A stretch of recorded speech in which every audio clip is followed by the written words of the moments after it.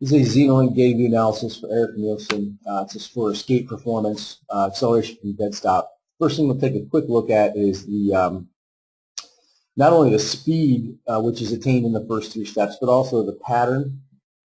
So what we're looking at, if we pull up our video, is the initial three steps. That initial step off the left, then to the right, and then back to the left. So we've got three gait cycles or running cycles: left, right, left. What we're looking for, and typically you will see, is an explosive movement of the center of mass, or acceleration of the center of mass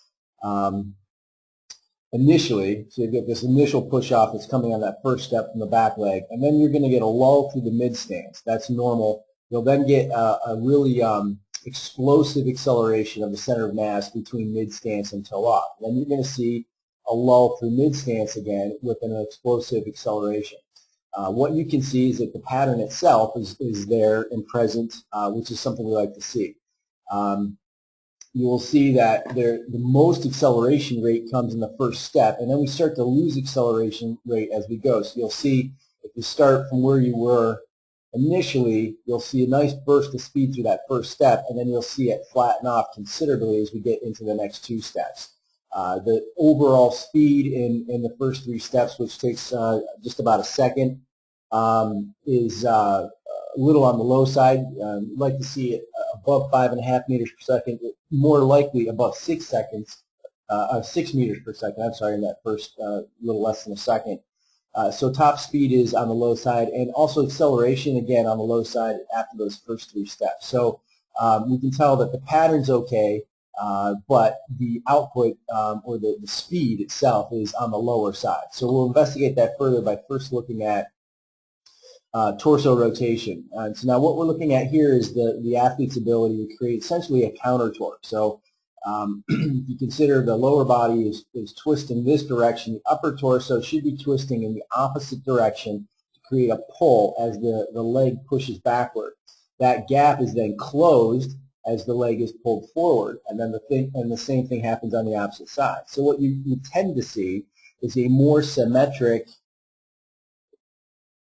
equal and opposite rotation. Even though the pelvis isn't moving as much as the torso, you'll see a movement. Let's say if our pelvis is moving this way, the torso moves a little bit more like this. So this isn't bad. You have the basic, foundational pattern, but the symmetry of it and the ability to use it as a preload mechanism to swing the leg through and to rapidly accelerate or produce the next gait cycle is limited.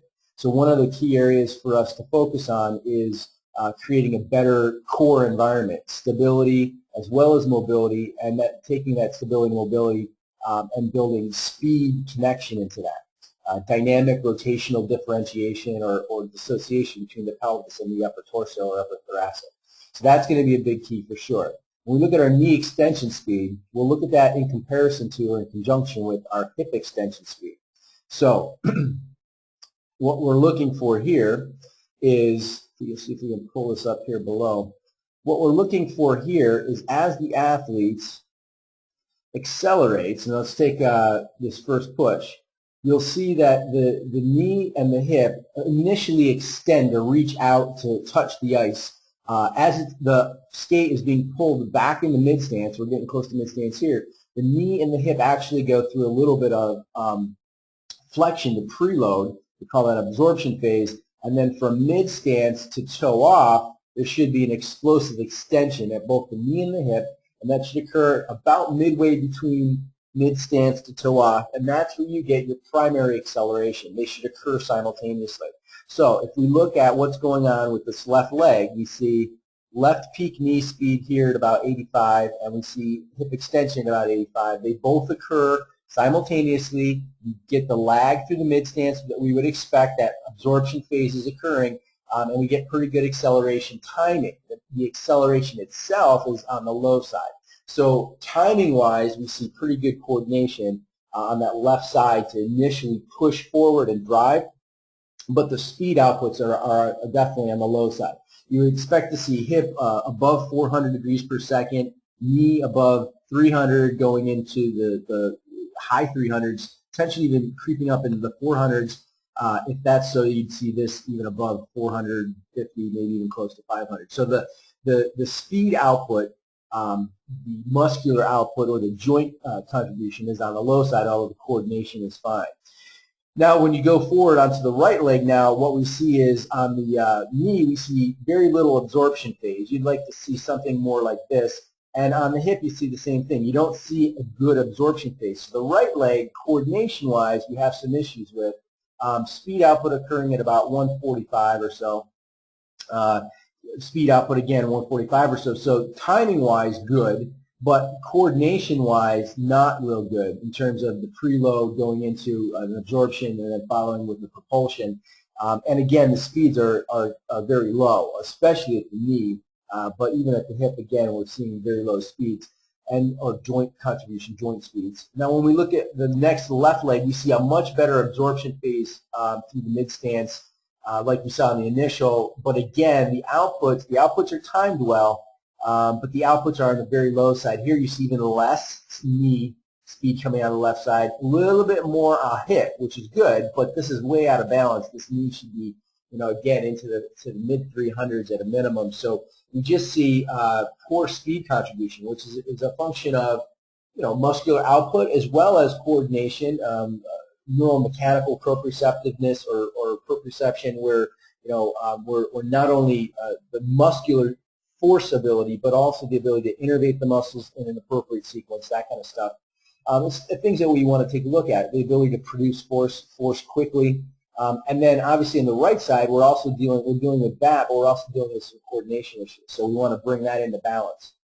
The one thing we'll take the last look here, we'll take a look at is range of motion, just general range of motion. Look for any gross deficit. And what you're going to see here is on the knee, you don't really see a whole lot of deficit, fairly symmetric, and it stays in line. It's going to taper off a little bit as the speed goes up, not as quite as range of motion, which is normal, but it's staying fairly symmetric.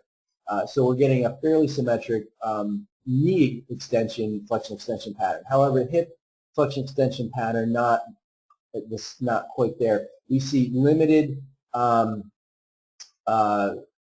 maybe excessive right hip movement overall, left side more in line with what we would expect. So you've got, especially on the extension, and what this tells us on the hip extension in particular is that we're not activating the flexion component soon enough, and that has to do with not only the hip flexors, but it also has to do with how we're pushing with the hip extensors, and also our core coordination, that swing through, that core dissociation. So all these things will tie together. We'll focus on our core dissociation and our core movement patterns, as well as our extremity, the hip and the knee extension pattern, building speed off of first building better patterns, especially on the right side, and better neuromechanical facilitation, and then we can work on speed development, muscular force output.